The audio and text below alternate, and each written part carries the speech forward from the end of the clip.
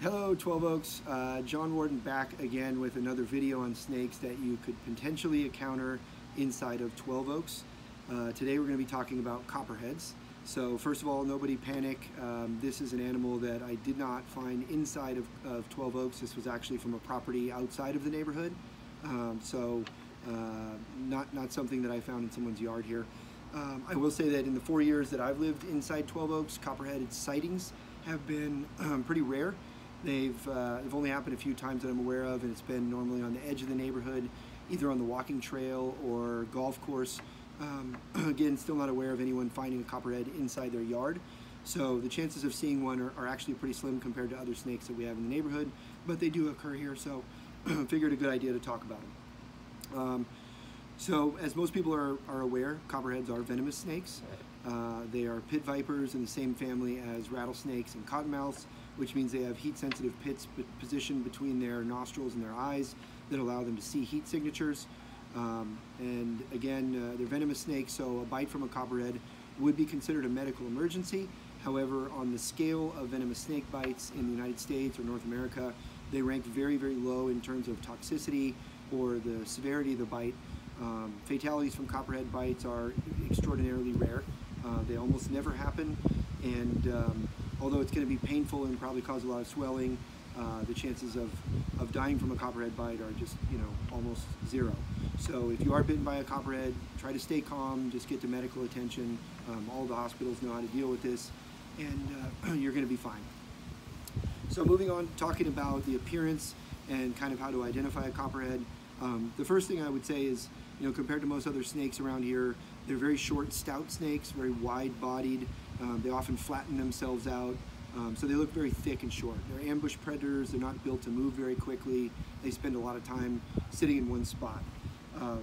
You'll notice also, and this is a lot of times what people talk about, is they kind of have a Hershey's Kiss type pattern when viewed from the side, across like a lighter beige base color. They have these dark Hershey's Kisses. When viewed from the top, they kind of look like dark hourglasses. So that's one of the things you would look for. Although I would say that sometimes, as you can see with this animal, the pattern can be a little broken up or distorted. And there are cases of patternless copperheads, so it wouldn't be the only thing that you would want to use as an identification point. You also notice the head is very sharp, pointed, angular, kind of arrow-shaped, and maybe difficult to see, but the head typically has a little bit more of an orange color than the rest of the body, hence the term copperhead. If you're close enough to see the eyes, the pupils are more cat-like elliptical pupils, not round pupils like most of the snakes in the area have. Young ones will actually have a bright yellow or greenish tip to their tail that they use to lure in prey.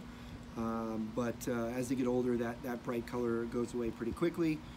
So that's kind of an overview of the look of copperheads. From a size standpoint, this is a young adult or subadult. Most of the ones that we find in the area are in the 2 to 3 foot range. They can get up over 4 feet, but individuals of that size are pretty rare. I've only seen one ever anywhere close to that, so you're probably going to see them in the 2 to 3 foot range or small juveniles. From a prey standpoint, copperheads will eat birds, small mammals, amphibians, insects. They're actually known to eat cicadas, which may be good news for some of the people that are annoyed by the cicada sounds that we have here in the summertime. That's kind of the general overview for copperheads. If you do encounter one, just give them a wide berth. Their first instinct is always to get away, and if there's a clear path for them to get to safety, they'll usually move away really quickly and not bother you. So don't be too concerned. They're not going to chase you like some people will say. They just kind of want to get on their way. So that's it for copperheads today. Thanks for watching the video, and I hope to see you again soon.